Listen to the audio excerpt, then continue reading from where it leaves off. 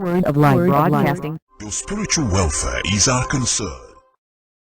My topic today is on the old man and the new man. My text is taken from the book of Ephesians chapter 4 verses 22 to 24. That ye put off, concerning the former conversation, the old man, which is corrupt according to the deceitful lusts, and be renewed in the spirit of your mind, and that ye put on the new man, which after God is created in righteousness and true holiness. It will be my object in speaking upon this text to show what constitutes the old man. What constitutes the new man? What is implied in putting off the one and putting on the other? Sundry mistakes often made on this subject. So let us start by looking into what constitutes the old man. There are two sources from which all human activity, or in other words, all mental life flows. I use the term life now, just as we do when we apply it to the body. In the latter case, we mean by it the activity, or rather the active state of the various organs. This is life. Its opposite, death, is the cessation of activity, and a passing out of that state, in which action is the law of our existence, into another in which absolute inaction is the law.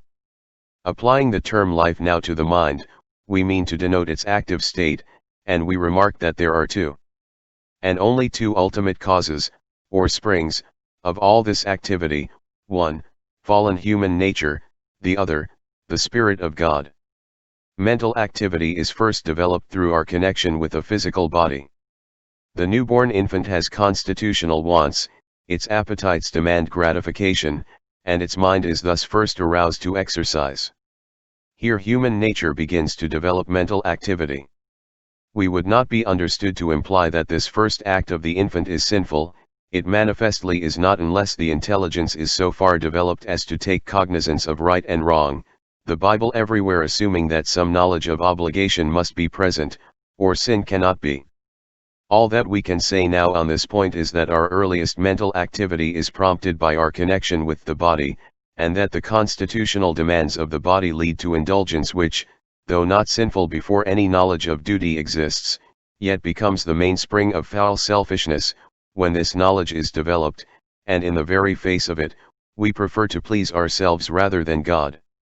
Another source of mental activity is the Spirit of God. We do not mean by this that the Spirit is a necessary cause of mental action, in such a sense that the mind under the Spirit's influence acts of necessity and not free. We only mean that the Spirit excites to action, and is the occasion of such action as would not take place without the Spirit.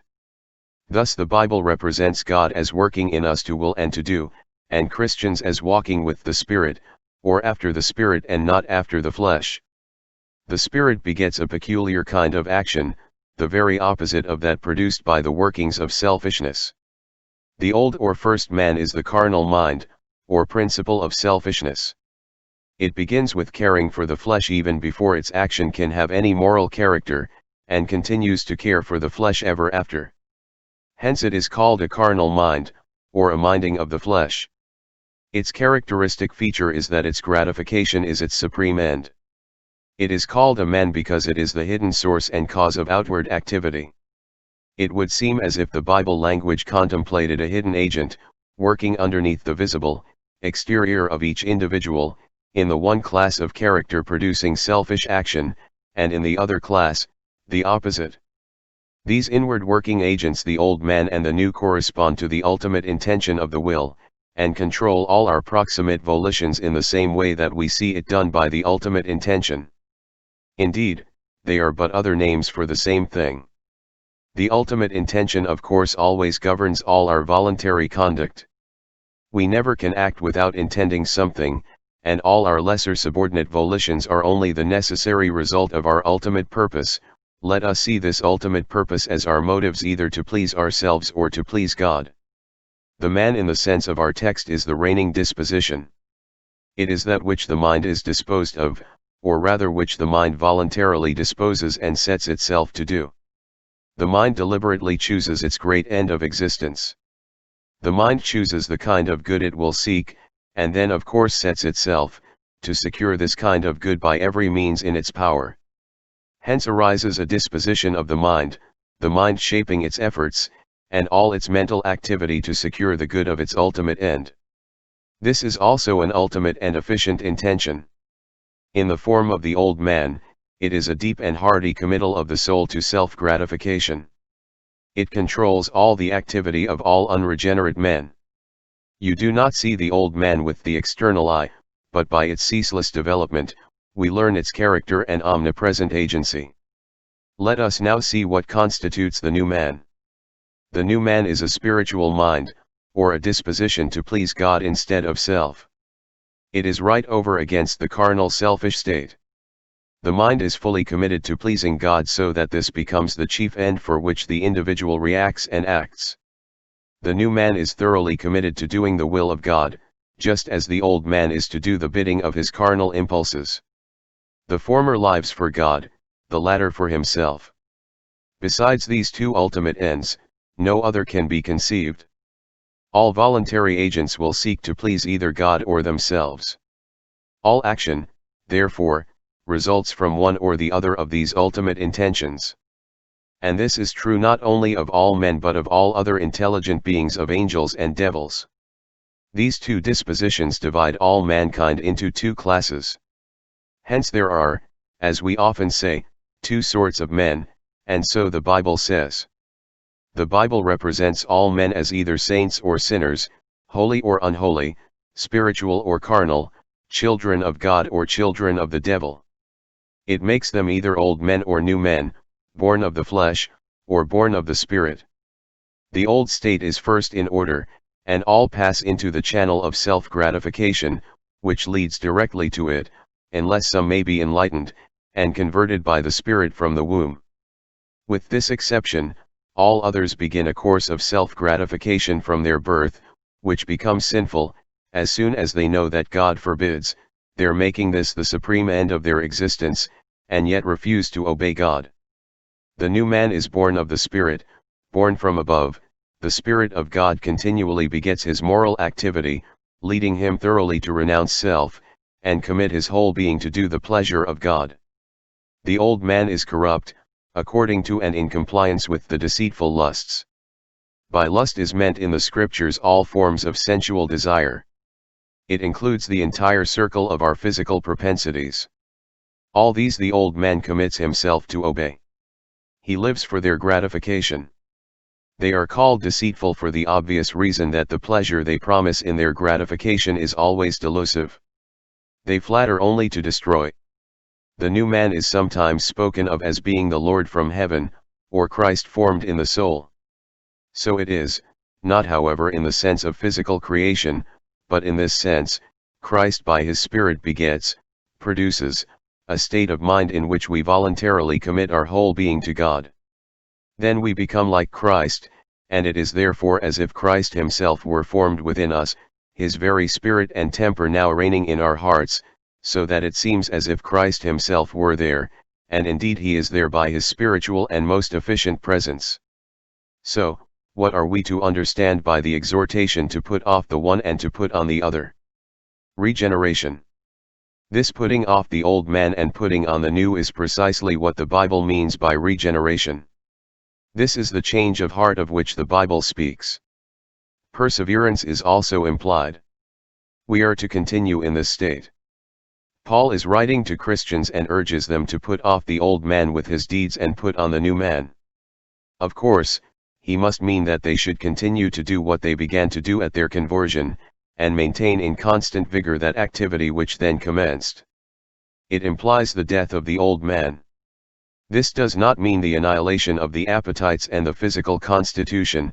No, the former body still exists, and you must eat and drink, for its support, no less than before.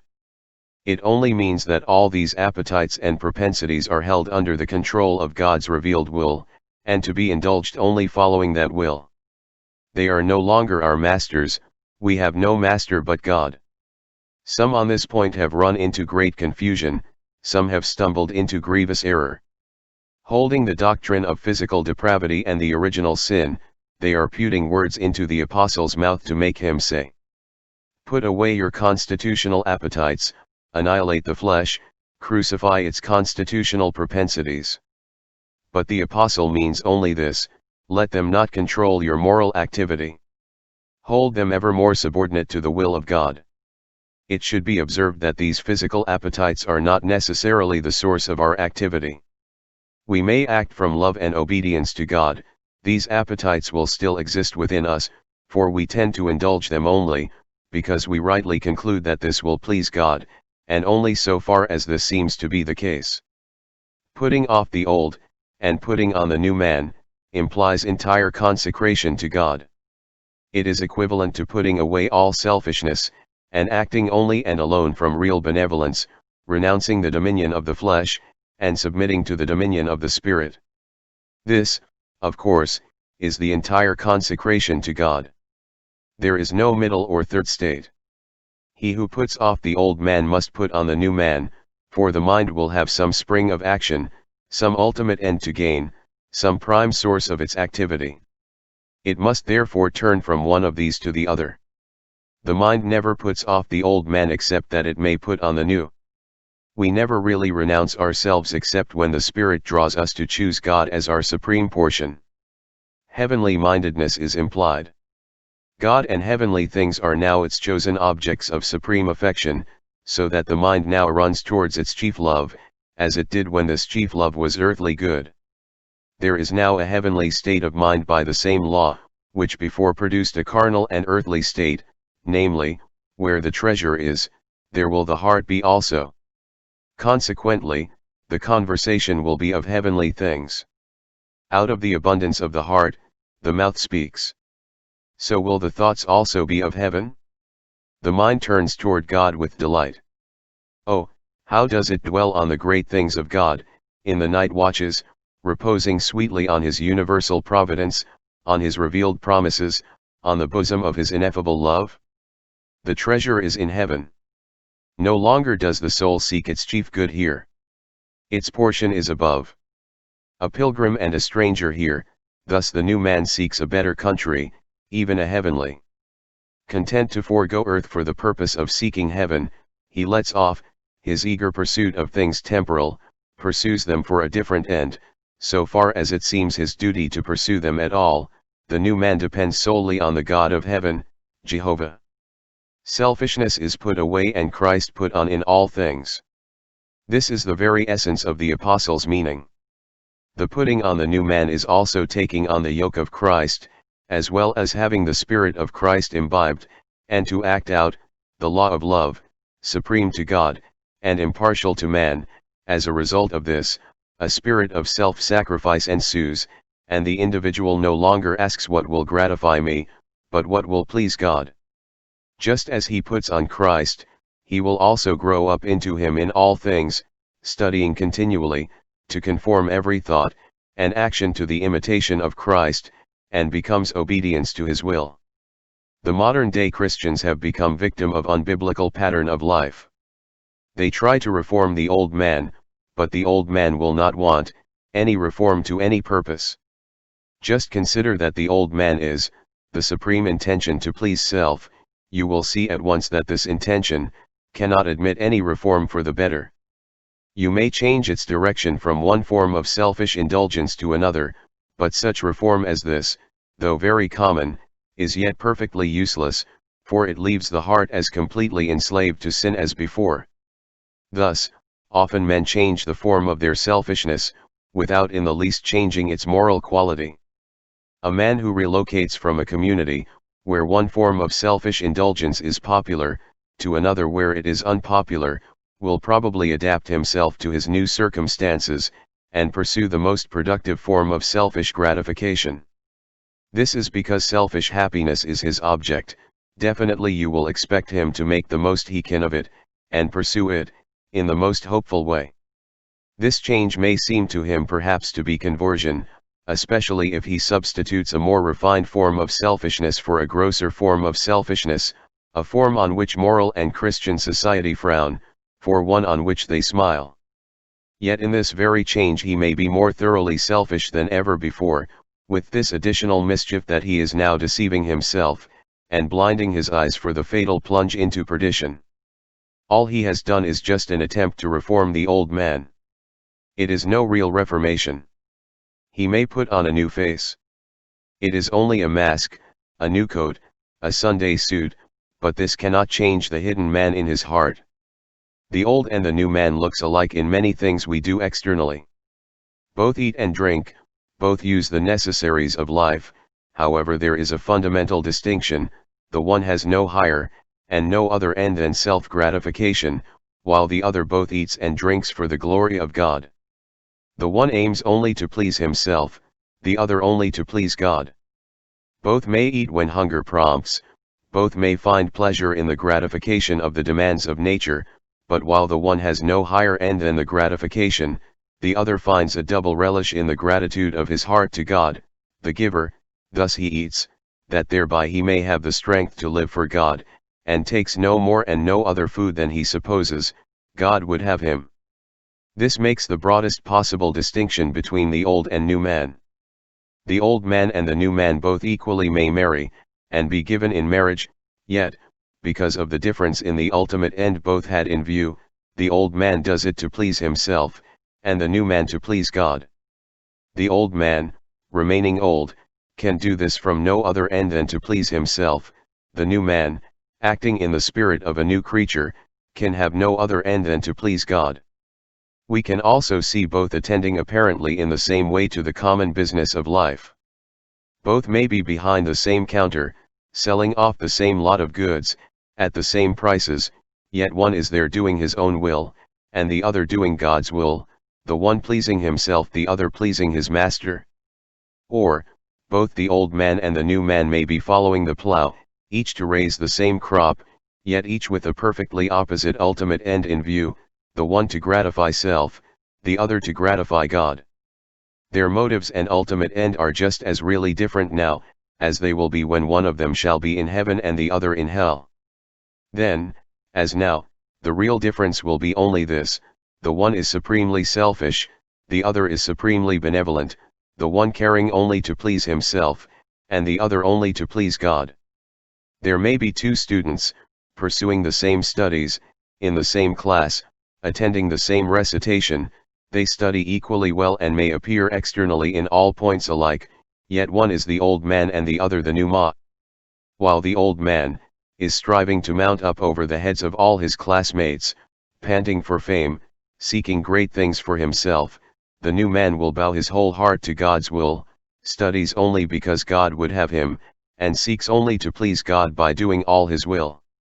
Even in some cases where you have two young men, both preaching the gospel, both may even pray much alike, and both could have the external air of piety, yet the omniscient eye sees one of them as supremely selfish.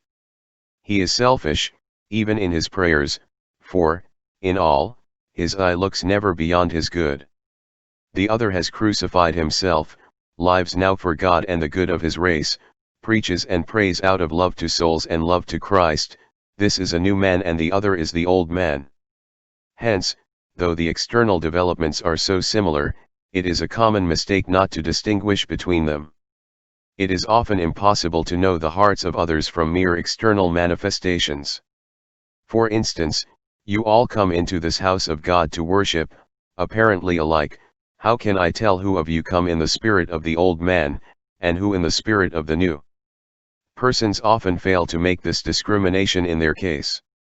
They might know their hearts, if they would honestly and deeply search themselves, and take cognizance of their motives and all the deep springs of their action, but often, very often they do not, and hence deceive themselves. They never go to the bottom of their hearts. Because of their lack of thoroughly searching of the heart, hypocrites are prone to flatter themselves while they are still in their deep corruption. They put on a decent dressing and are often comparing their life with the life of real and spiritual Christians. They called themselves that they are real Christians. Indeed, they often take pride in making their external conduct quite unexceptionable and hope to get a double reward for this good life. Alas! This is a fatal error of the nominal Christian. While they go after the world in seasons of declension, that is, as soon as they can do so without disturbing their hope of salvation. They want to be as good as most others, and this they seem to suppose will bring them up into heaven with the mass. This being secured, the more they get of this world the better. How purely selfish! In a revival they wake themselves up, often tardily, yet when they must, they yield to the general influence and come along, bustle perhaps full enough for their credit and seem to reform, but this is only an attempt to reform the old man and his deeds, nothing else. You may see the mistake often made by sinners in condemning the conduct of Christians. They condemn Christians for doing the same things as they are doing. They say, "You, professedly holy men, eat and drink, buy and sell, plow and study, just as we do, wherein are you better than we?" The mistake is, that the wicked do not consider that while the external course is the same, the motive and the moral character of the course may be in one case right, and the other utterly wrong. The wicked man has no right to assume that the Christian acts from the same motives as himself, merely because he pursues the same business. Many mistake the apathy of the old man for the peace of the new man. The old man sometimes becomes apathetic, vastly calm, and indifferent to passing events, and this seems to him, like that deep calm, which the Christian feels because his own Father is at the helm. Nothing can be a greater mistake. The sinner's soul is a perfect stranger, to the Christian's deep heavenly, peace-begetting trust in God.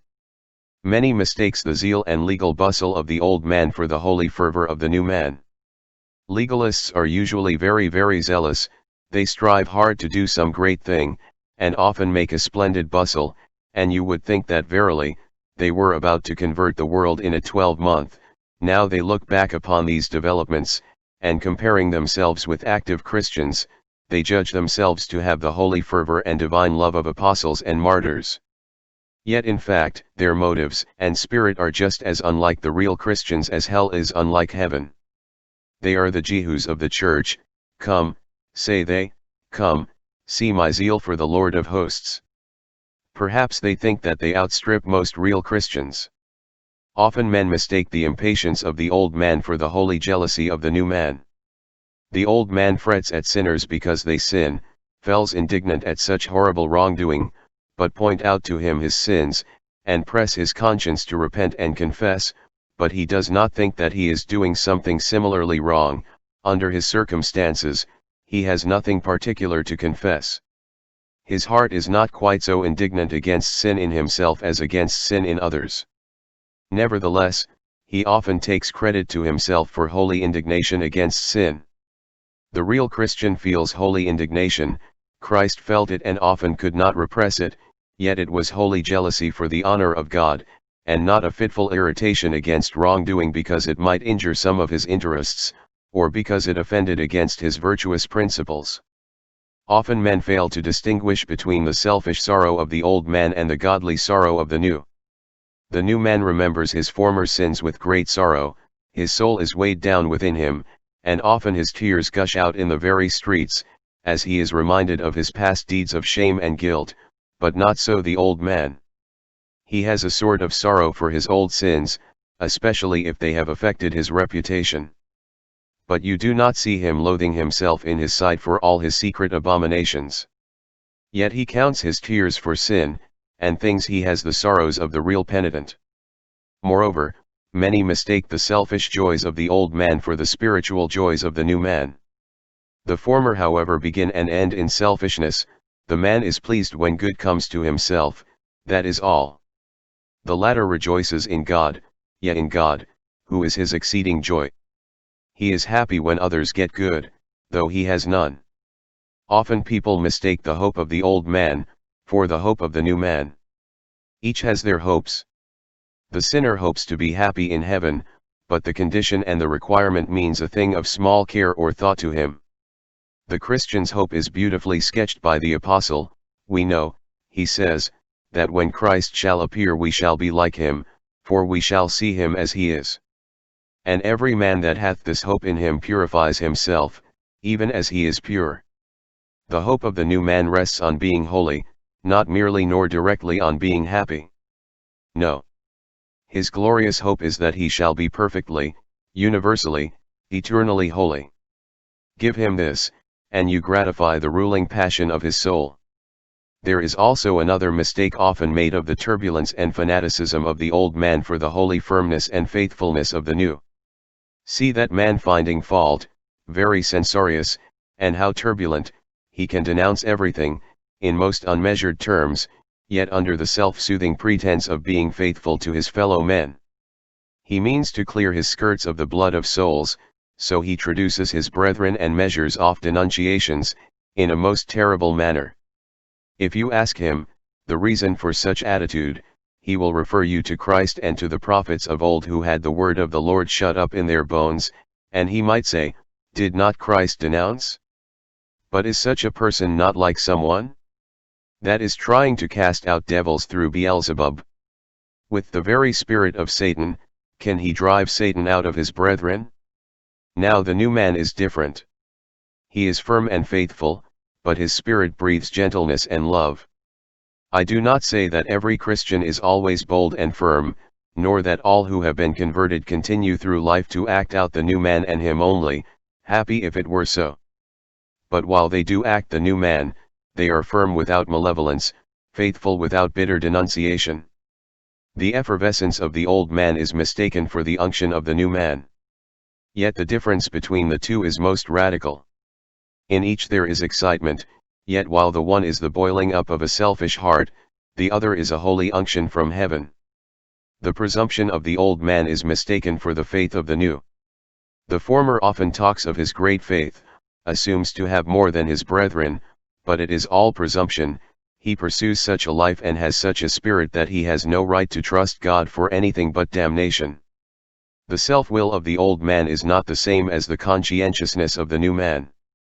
They are obstinate, unyielding, yet it is only self-will. A committal of the will, and not the demand of an enlightened conscience. The constitutional tendencies of the old man is not the same as the spiritual developments of the new man. The natural humanity and kindness, for instance, of the old man, are mistaken for gospel benevolence, conscientiousness of natural character, for that conscientiousness which is created, trained, and expanded in the school of Christ. Only a spiritual mind will make the distinctions that I have been pointing out. No others care to make them. Moreover, the qualities of the new man can never be apprehended without experience. Yet it is a vastly desirable attainment to be able to distinguish between what originates with self, and what originates with the Spirit of God. We need to distinguish between pleasing self and pleasing God. Yet no two things can be more opposite to each other, and none should be more carefully distinguished. In eating, in all labor, in the study, we should be careful to know whether we are doing all to please God, or to please ourselves. We should always ask ourselves the reason behind whatever we say or do. Why am I doing this and why that? It is almost impossible to labor together with the Spirit of God during our sanctification, unless we get hold of the real distinctions between holy consecration and refined selfishness. Some nominal Christians constantly do deceive and flatter themselves. They take credit for much that they do as good which is purely selfish. Thereby they build themselves up on self-righteousness, but this is only a foundation which the last flood will sweep away, and great will be the fall of it. Sometimes sinners see Christians doing some of the same things externally which they are doing, and then they falsely judge that the Christian acts from the same motive as himself. This is not entirely so. The old man is constantly corrupt. There is nothing good in him. Paul might well say of the old man, I know that in me, that is, in my flesh, dwelleth no good thing. No good originates there. You can say no good thing about the old man. He is wholly evil. You can place no confidence in him for anything really good. He is wholly selfish and will do anything to carry his selfish ends. Whereas no evil can be said of the new man. Understanding by this term the new, regenerate heart, it does nothing wrong. The converted person may sin, but if he does, it is because the old man is not dead, but rises and rules, gaining a temporary ascendancy. The old man is exceedingly tenacious of life. It seems as if you might kill him 1,000 times and yet he lives. You gain the victory over him, you crush him down and he seems breathless, you flatter yourself he is dead and buried, but not long, he comes up, with the old disgusting carcass, breathing out its foul stench, your spiritual strength becomes a weakness, and perhaps under this baleful influence, you return like the dog to his vomit. Ah! That old man, how he will live and keep coming up, and so there will be a tendency to this more or less while we are in the flesh. We must watch, and often have to fight, and often kill our old man over and over again. Yet through Christ, we may come off more than conquerors. Thus the Bible says that a spiritual man is exceedingly jealous of the old man. He will always be watching his old enemy, and will never trust him at all. Yet, alas, even the spiritual are sometimes deceived by the old man and are lured into a selfish state, before they are fully aware of it. But when they come to see it, oh, how they loathe the abomination. I have known persons so deeply disgusted with themselves for their selfishness as actually to vomit. Oh, how horrid and how loathsome. Just think of that young man, who goes out to preach. He has prepared his sermon. Suddenly some thoughts flash through his mind, to get in some choice, and splendid paragraphs, that looks very classical with elegant expression, something like a fine philosophical illustration, to show the people that he is a scholar and a genius. Thereafter, he goes out to the pulpit. He went at length to make a good impression for himself, so when he returns to his home, and his closet, there the truth flashes upon him. Alas! He has been serving himself, none else but self, not Christ, but his great self. Oh! How he loathes this abomination! He is disgusted, and turns away from himself as if he had met the very devil. He is ready to vomit or even spit in his face. Oh! Young man, that is a game of the devil, devices of the enemy, such letting up of self, such a resurrection of the old man in your heart. So beware. The converted man falls into selfishness, but let him see it, and how he loathes it. Horrible! Detestable! He would fain spare his very self out of his soul. But the new man is not so, no better test of the new life can be had than this. Beloved, how is this with you? Does the religion you possess make you new creatures in Christ Jesus, or does it leave your old selfishness still reigning and is only somewhat dressed over perhaps, and fitted out sometimes in a Sunday suit? Beloved, let us put on the new man which is truly born of God, and molded into his divine image.